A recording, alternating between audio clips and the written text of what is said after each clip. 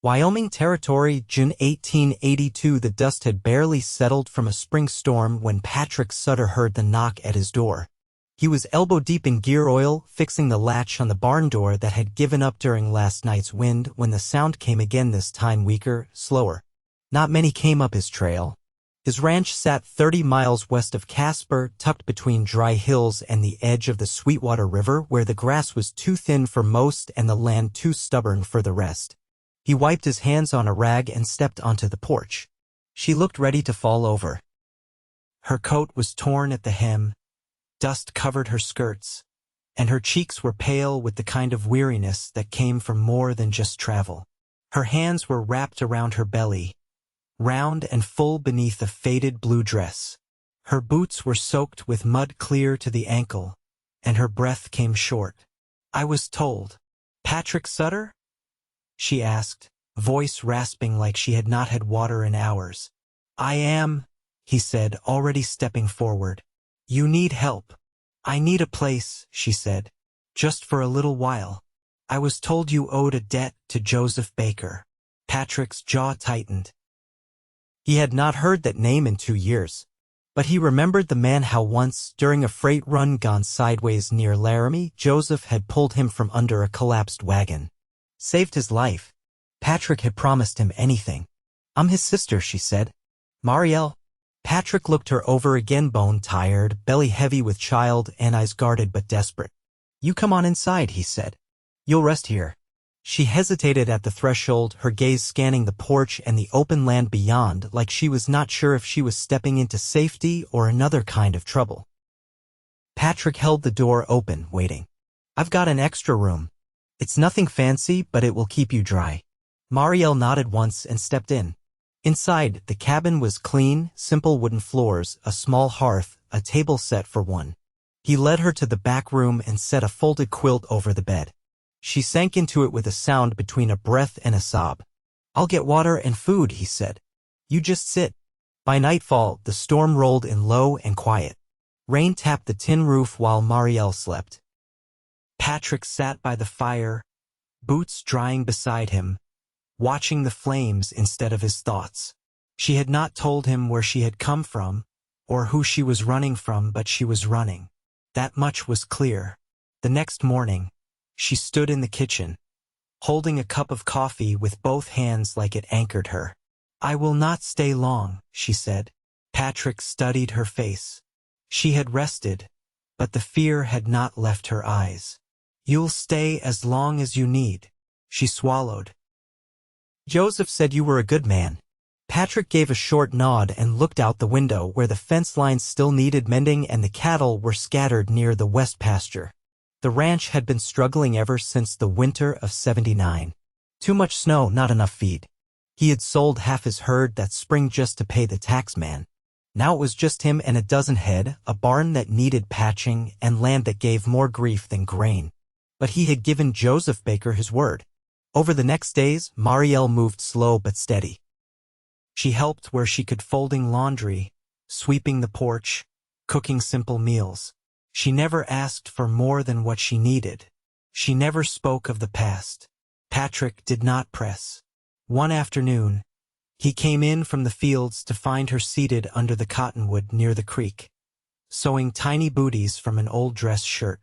The breeze lifted her hair and her hands moved gently across the fabric. She looked softer than she had before, like the land was finally letting her breathe. "May I sit?" he asked. She nodded, scooting slightly to make room. "They'll be born soon," she said, eyes on the booties. "They?" She looked at him, then smiled faintly. "Twins." Patrick blinked. His throat tightened. "You are carrying too?" "Yes." He nodded slowly, glancing back at the hills. "That's a miracle. I do not know if I believe in those anymore." Patrick leaned forward, elbows on his knees. "You made it across 2 states alone in your condition. That seems like one to me." She did not answer, but she did not look away. That evening, she set a plate in front of him, roasted potatoes, beans, and cornbread. He watched her hands. They no longer trembled. He cleared his throat. You ever plan on telling me who you are running from? Marielle's hands stilled. She set the plate down gently, then sat across from him. My husband died in Kansas City. He owed money to men who do not forget debts. When they came for what he left behind, I ran. Patrick nodded slowly. You are safe here. I need to earn my keep, she said. I cannot just take. You are not taking, he said. You are owed. That night, he heard her crying through the wall. Not loud, not broken. Just quiet grief, the kind that stayed buried until the dark came.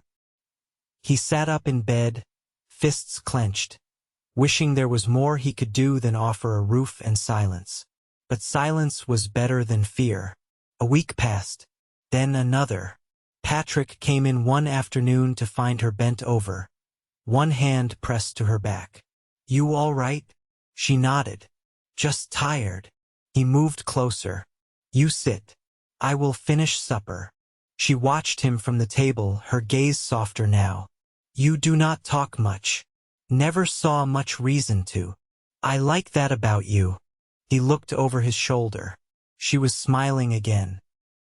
That night, as the wind pushed through the grass, Marielle stepped out onto the porch. Patrick was already there, watching the stars. She joined him, her hand brushing the rail beside his. Do you ever wonder why some people survive when others do not? She asked quietly. All the time. She looked down at her belly. I think maybe I was meant to come here. Patrick turned toward her. Maybe so. Their eyes met, and this time neither looked away. She reached out, took his hand, and laced her fingers through his. Her touch was warm, steady. I feel safe with you. Patrick swallowed hard. I will keep you safe. The wind curled gently around them, and for the first time since she arrived, Marielle leaned her head against his shoulder. Patrick closed his eyes, letting the weight of her finally settle into the hollow place he had carried alone for far too long.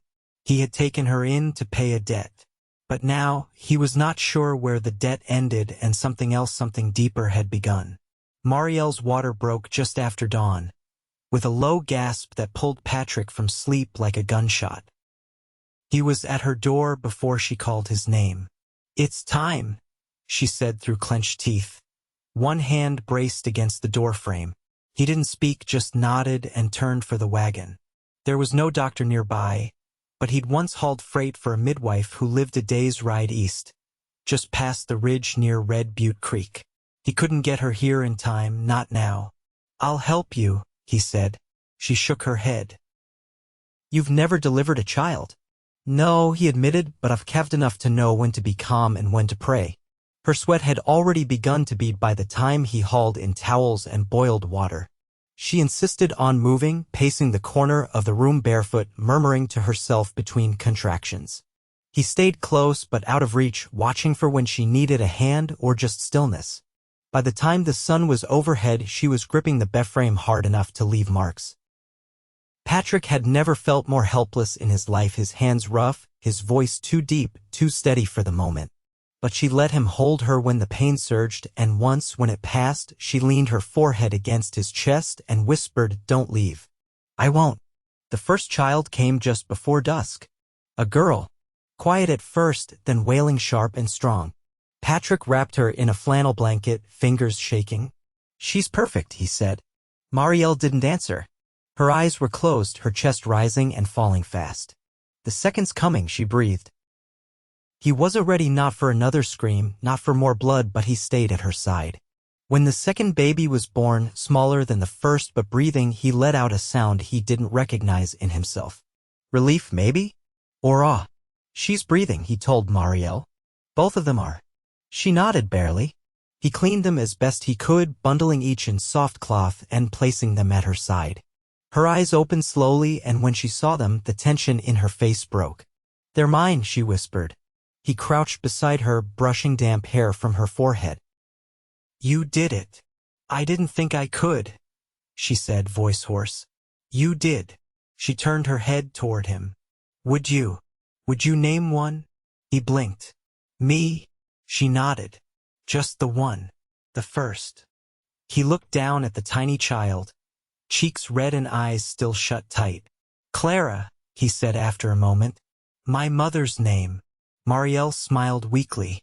Clara and Elise, then. That night, he sat in the rocking chair beside her bed. One baby asleep in a cradle he'd made years ago and never used, the other curled against her chest. She didn't speak, but she didn't need to. Outside, the wind had settled. The land felt different, quieter, somehow, as if the place had been holding its breath, waiting for this. In the weeks that followed, Marielle stayed mostly indoors. Her body recovered slowly, but her spirit changed faster. She laughed now, sometimes, especially when Clara yawned or Elise tried to suck on her own fingers. Patrick built a second cradle, then a swing for the porch. He didn't say much, but he noticed the way she looked at him now, not with fear, not with caution, but something steady and warm. One afternoon, while he was chopping wood, she came outside holding both girls in a sling wrapped across her chest. She stood just beyond the porch, watching him. Are you always this quiet? She asked. He paused mid-swing.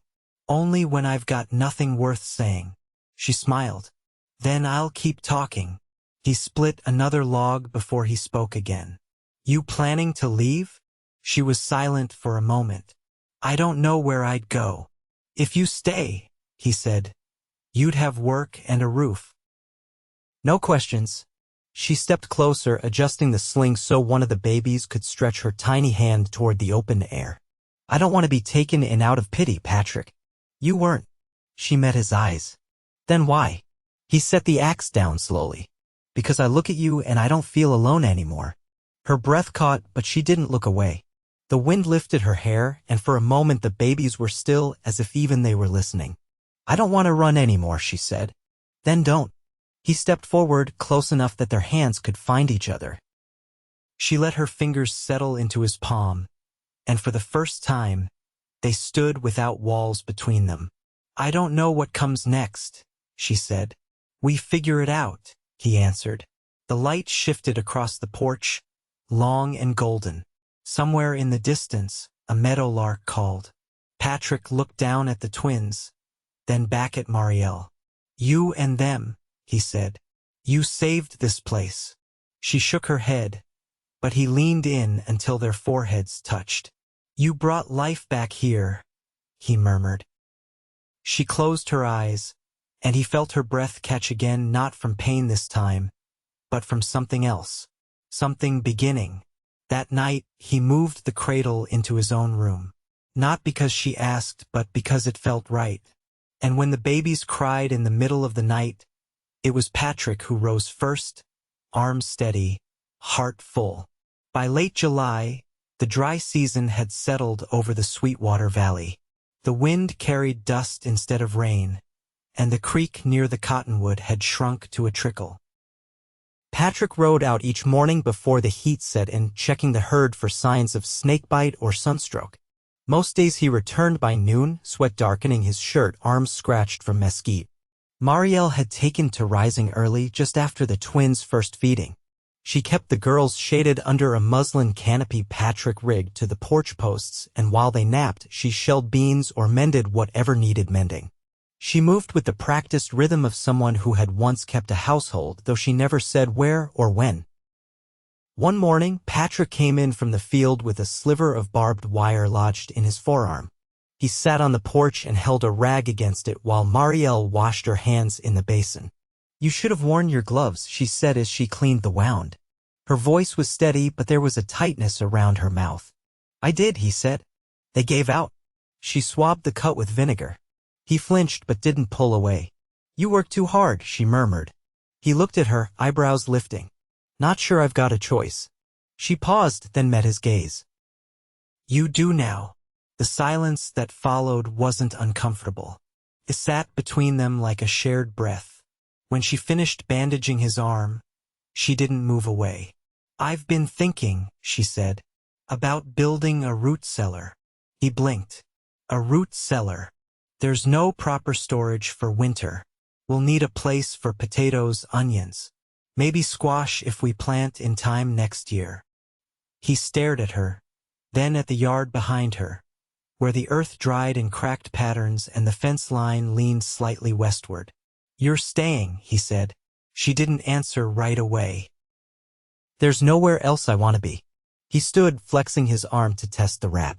Then we'll dig it next week, before the ground hardens. That night, Marielle laid the girls down early and stepped outside. The moon was just rising, pale through the haze. Patrick was sitting beside a lantern, whittling a handle for the drawknife. She pulled her shawl tighter and sat beside him. I had a piano once, she said. After my mother died, my father traded 2 mules for it. Said she'd always wanted me to play. He didn't look up. You miss it. I missed the sound. Not just the notes, but the way the wood felt under my hands. Like it could hold a memory. He passed her the drawknife handle. I could rig something. A box with strings if you'd show me how. She smiled, a little surprised. You do that. If it helps you sleep easier. She turned the handle in her hand. You know, I never expected kindness from a man again. Not real kindness like this. Patrick set the knife down. You don't owe me anything. I didn't say I did. I'm saying, I'm grateful. And I'd like to build something here. Not just stay. He leaned back, boots settling against the porch rail. You think this land will let us? I think we've earned the right to try. The wind shifted, warm and dry, carrying the scent of cut hay from the neighbor's field, a reminder of how far they still had to go to match what others had. But Patrick didn't feel the old weight in his chest anymore. Not with her beside him. The next morning, they worked side by side, marking the ground for the cellar. The twins lay shaded nearby, watched over by a neighbor girl Marielle had hired with the few coins she'd kept sewn into her hem. Patrick dug while Marielle hauled soil in a wheelbarrow. Halfway through the morning, she wiped her brow and leaned on the handle. Did you always live out here? She asked. Left Missouri when I was 17.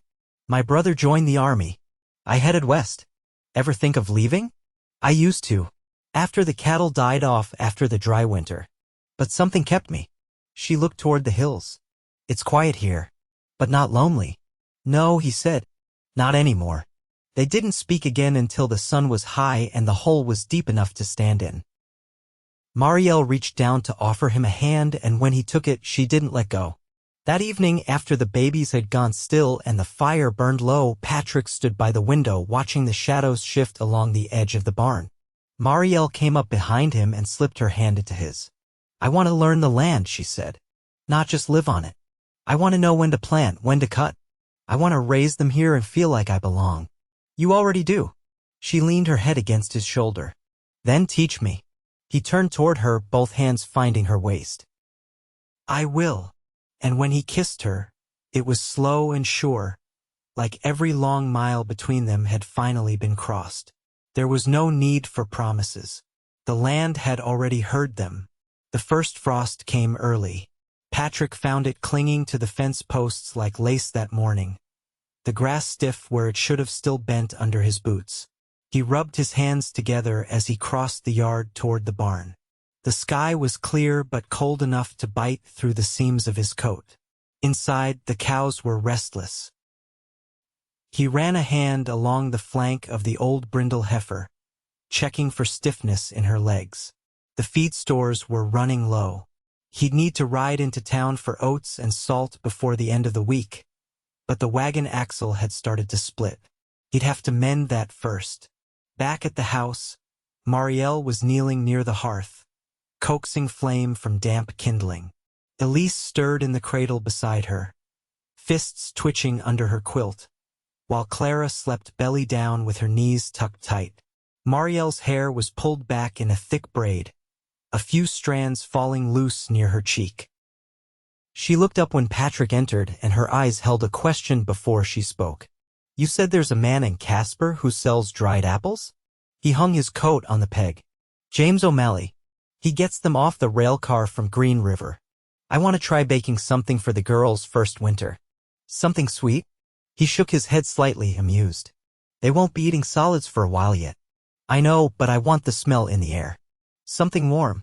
I used to make pies with my sister when we were girls.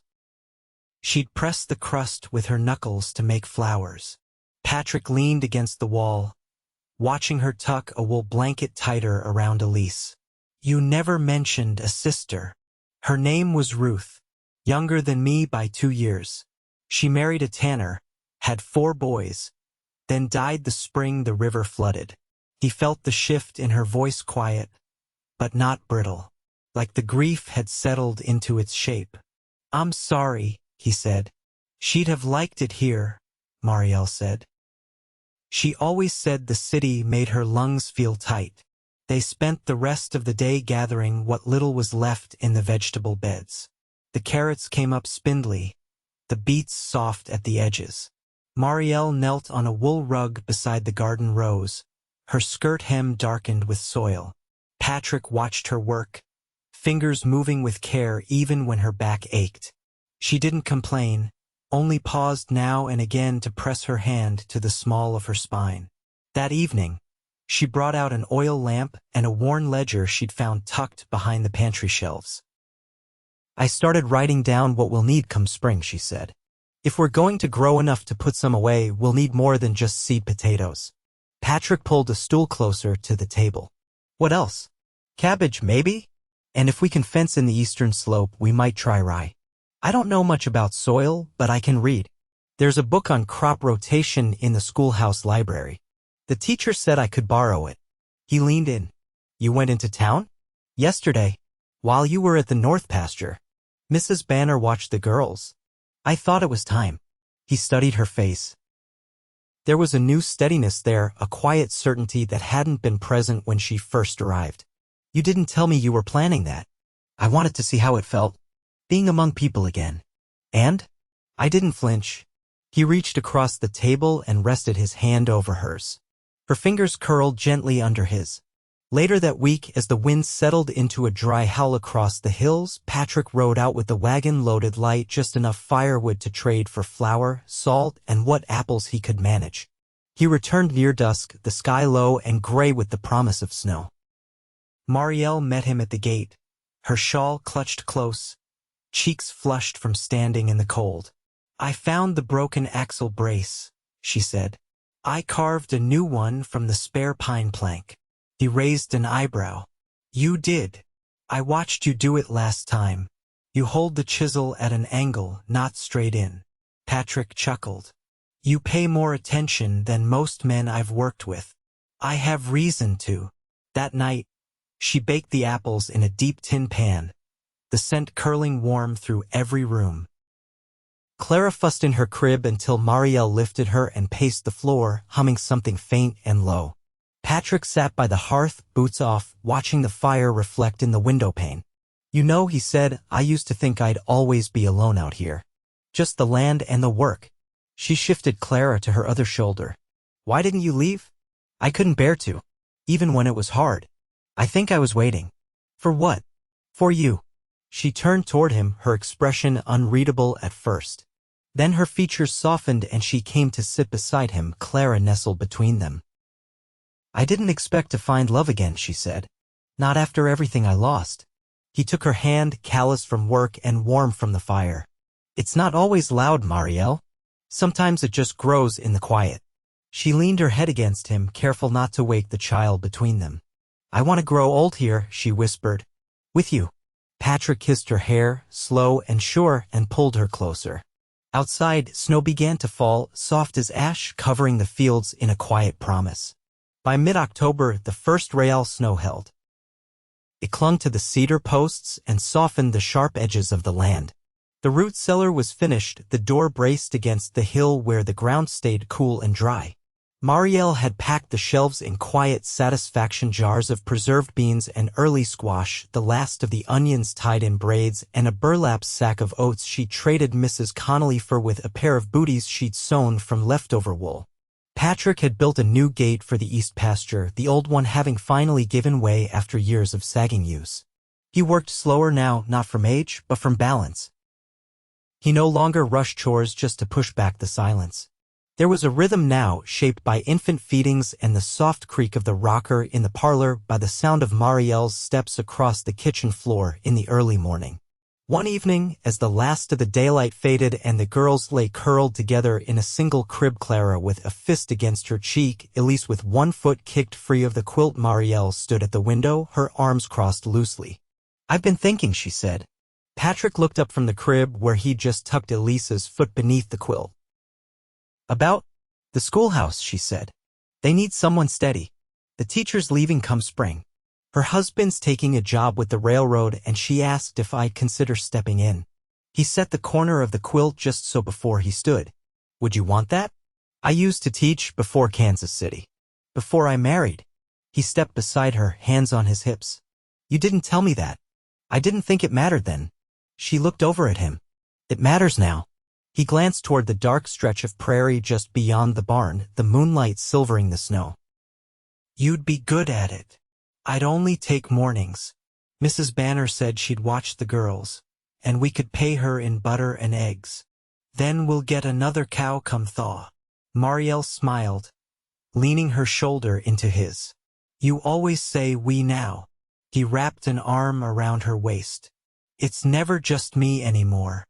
She was quiet for a time, her gaze resting on the far ridge where the hills rose like sleeping backs under the snow. "I think I'm ready to wear a ring," she said. He turned his head toward her slowly. "You sure? I'm not afraid anymore." Patrick took her hand, his fingers brushing the skin where a ring would sit. "We'll do it proper. I'll ride into town and talk to the preacher." "I don't need a church," she said. "Just you and the girls and the land under our feet." He kissed her cheek, slow and warm. "You'll have all three." A week later, they stood under the cottonwood, its branches bare but strong.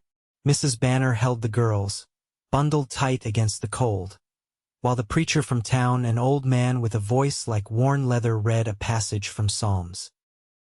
Marielle wore her mother's brooch pinned to her collar, and Patrick had shaved close for the first time in months. There were only 6 people present: the preacher, Mrs. Banner, her husband, and the neighbor girl who'd helped rock the cradle during harvest, but it was enough.